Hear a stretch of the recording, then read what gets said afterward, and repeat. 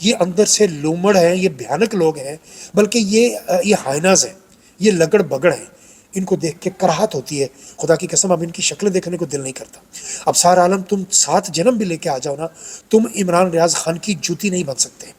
اس لیے کہ عمران خان ریاض نے صحافی ہونے کا حق ادا کیا ہے، اور حق سچ کے لیے جتنی مار اس نے کھائی ہے تم تو اس کا تصور بھی نہیں کر سکتے. تمہیں تو صرف لیٹنا آتا ہے اور جوتے چاٹنے آتے ہیں. تم چٹوئیے ہو. پٹواریوں کو آپ پٹواری نہ کہا کریں، ان کو چٹواری کہا کریں، کیونکہ یہ جوتے چاٹنے والے ہیں. ڈگی میں چھپ کے ان کا جو آقا تھا، وہ جو مسخرہ نوٹنکی شہباز شریف، وہ دیکھیے نا وہ کس طرح کی گفتگو کرتا ہے. یار یہ بندہ کچھ سمجھ ہی نہیں آتی کہ یہ کہنا کیا چاہ رہا ہے. اب جب اس طرح کے لوگوں کے ہاتھ میں اقتدار دے دیا جائے گا تو آپ خود ہی اندازہ کر سکتے ہیں کہ پھر ان کے جو نورتن ہوں گے وہ اب سارا عالم جیسے نہیں ہوں گے تو اور کون ہوگا. رانا ثناء اللہ کو دیکھ لیجیے ایک تقریب میں کھڑے، وہ تھائی لینڈ کا شاید کوئی دن ہے یا کچھ ایسی بات ہے، ایک میسج پڑھنا موت پڑی ہوئی ہے رانا ثناء اللہ کو. انگلش بول رہا ہے. میں یقین سے کہتا ہوں کہ 6 7ویں کلاس کے کسی بچے کو کھڑا کر دیجئے، وہ اس سے زیادہ اچھی انگلش بولے گا. کاغذ پر دیکھ کے پڑھ کے بھی اتنے برے پروننسیشن کے ساتھ، اتنے غلیظ ایکسنٹ کے ساتھ یہ بندہ انگریزی بول رہا ہے. جتنا بھیانک اس کا چہرہ ہے اتنی ہی بھیانک انداز میں اس نے انگریزی بولی. یہ ہیں وہ لوگ جو ہم پر مسلط ہیں، اوپر سے دھمکیاں دیتے ہیں بیٹھ کے، اور اندر سے بھیگی بلی بنے ہوئے ہیں کہ اگر عمران خان باہر آ گیا تو وہ ہمیں چھوڑے گا نہیں. اصل خوف ان کو یہی ہے کہ ہم اپنے آپ کو جیل میں دیکھ رہے ہیں، ہم یہ ہمارے ساتھ یہ ہو جائے گا، ہمارے ساتھ وہ ہو جائے. خیر دفعہ کیجیے، اگلی خبر کی طرف آتے ہیں. وہ خاندان شریفہ کا ایک اور پپٹ ٹاؤٹ بے ضمیر، ایک ریلوے کی نوکری پر اپنا ضمیر بیچنے والا بنکویا نجم ولی خان جس کا نام ہے، اس نے ٹویٹ کیے ہیں 2 عدد. ایک اس کا ٹویٹ ہے کہ شاہد خاقان عباسی جیسا کوئی اور احسان فراموش کوئی مثال. پہلی بات تو یہ ہے کہ تم صحافت کرو، دلالی تو تم روز کرتے ہو. صحافی کا یہ کام نہیں ہوتا کہ وہ کسی شخص پر نجی نوعیت کے حملے کرے.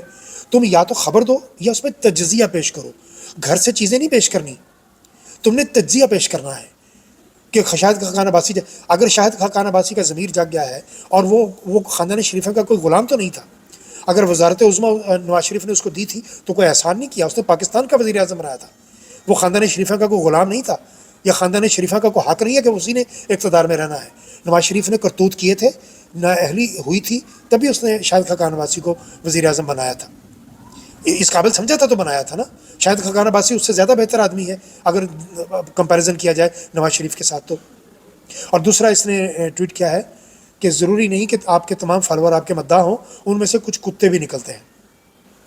اب جس کو نجم ولی خان نے فالو کر رکھا ہے، اب پتہ نہیں یہ ان کا مداح ہے، اور یہ نہیں بتایا کہ ان میں سے یہ کس کا مداح ہے اور کن کا کتا ہے. نجم ولی خان کسی دن اپنے بارے میں بھی بتاؤ کہ تم نے جن کو فالو کر رکھا ہے ان میں سے تم کتنے کوئی کتے ہو اور کتنوں کے مداح ہو، کبھی یہ بھی بتائیے گا. ہم انتظار کریں گے آپ کی اس بات کا. دلال صحافت سے ایک اور صحافی ہے بے ضمیر، حماد حسن اس کا نام ہے، وہ بھی خاندان شریفہ کا پپٹ ہے، ٹاؤٹ ہے. وہ بھی وہ کہتا ہے کہ جب بشرا بی بی اور گنڈا پور فرار ہو رہے تھے تو کارکنان نے ان کو فرار نہیں ہونے دیا یا نہیں ہونے دے رہے تھے تو ان لوگوں نے کارکنان پر گولی چلائی.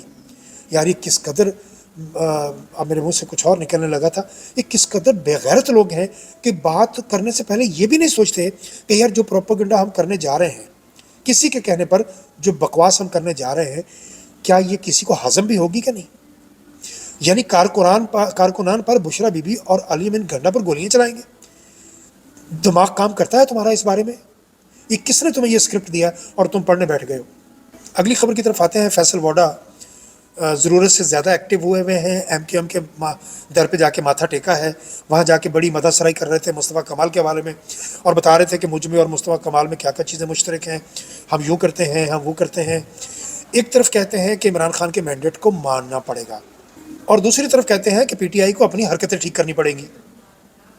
شہباز شریف کی طرح اس کا بھی پیج ڈھیلا ہو چکا ہے اور اس کو پتہ نہیں چلتا کہ میں نے کہنا کیا ہے یا میں کہنا کیا چاہتا ہوں. کبھی کہتا ہے میں عمران خان کو بچانے آیا ہوں، میں اس کو بچا کے دکھاؤں گا. کبھی کہتا ہے عمران خان کے مینڈیٹ کو تسلیم کرو. کبھی کہتا ہے پی ٹی آئی کو اپنی حرکتیں ٹھیک کرنی پڑیں گی اور عمران خان کے ووٹ پر ہی سب کچھ ہوتا ہے، میں عمران خان کے ووٹ پر لوگ جیتے ہیں. ایک طرف مینڈیٹ مان رہے ہو اور دوسری طرف تم چاہ رہے ہو کہ عمران خان وہ کرے جو اسکرپٹ تم لے کے آتے ہو، اس کے مطابق عمران خان 9ویں بار معافی مانگے، عمران خان یہ کرے، عمران خان وہ کرے. تم لوگ ابھی اتنا قد نہیں رکھتے کہ تم عمران خان کو کچھ چیزیں تجویز کر سکو. ابھی تمہیں عمران خان سے بہت کچھ سیکھنا ہے. ابھی تم بہت چھوٹے ہو، بہت بچے ہو. جس کی جوتیوں میں پاؤں رکھ کے چلنا سیکھتے ہیں اس کو باپ مانا جاتا ہے، اور عمران خان سیاست میں تم سب کا باپ ہے۔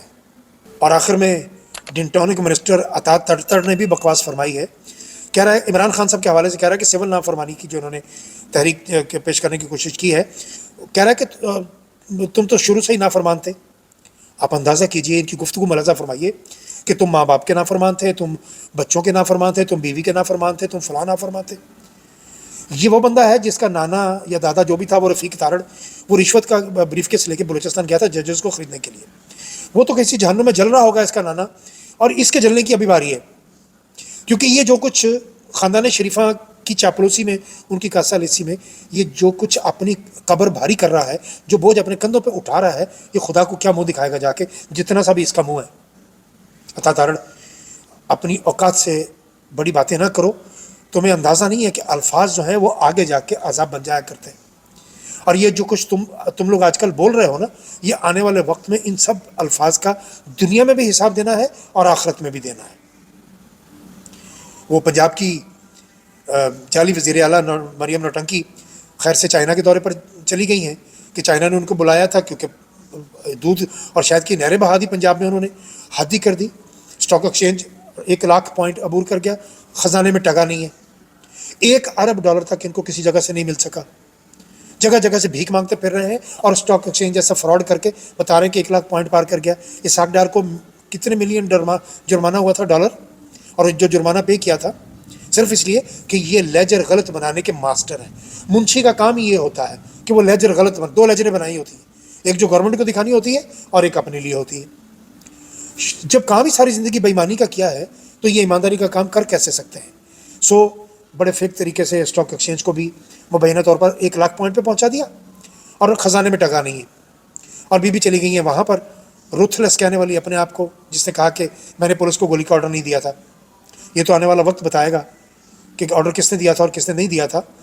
یہ جو کچھ بھی ہوا ہے اس سب کو بھگتنا ہے، اور عمران خان نے بالآخر ایک دن باہر آنا ہے، اور اس کے بعد آپ لوگوں کی کیا حالت ہوگی اس کا مجھے نہیں پتا۔ ہاں، مجھے اتنا یقین ہے کہ عمران خان ذاتی نوعیت کا انتقام کسی سے نہیں لے گا، لیکن کٹہرے میں سب کو کھڑا کرے گا، اور اسی بات کا تم لوگوں کو ڈر ہے، اور یہ ڈر ہونا بھی چاہیے۔ ابھی تک کے لیے اتنا ہی، باقی باتیں اگلے ویڈیو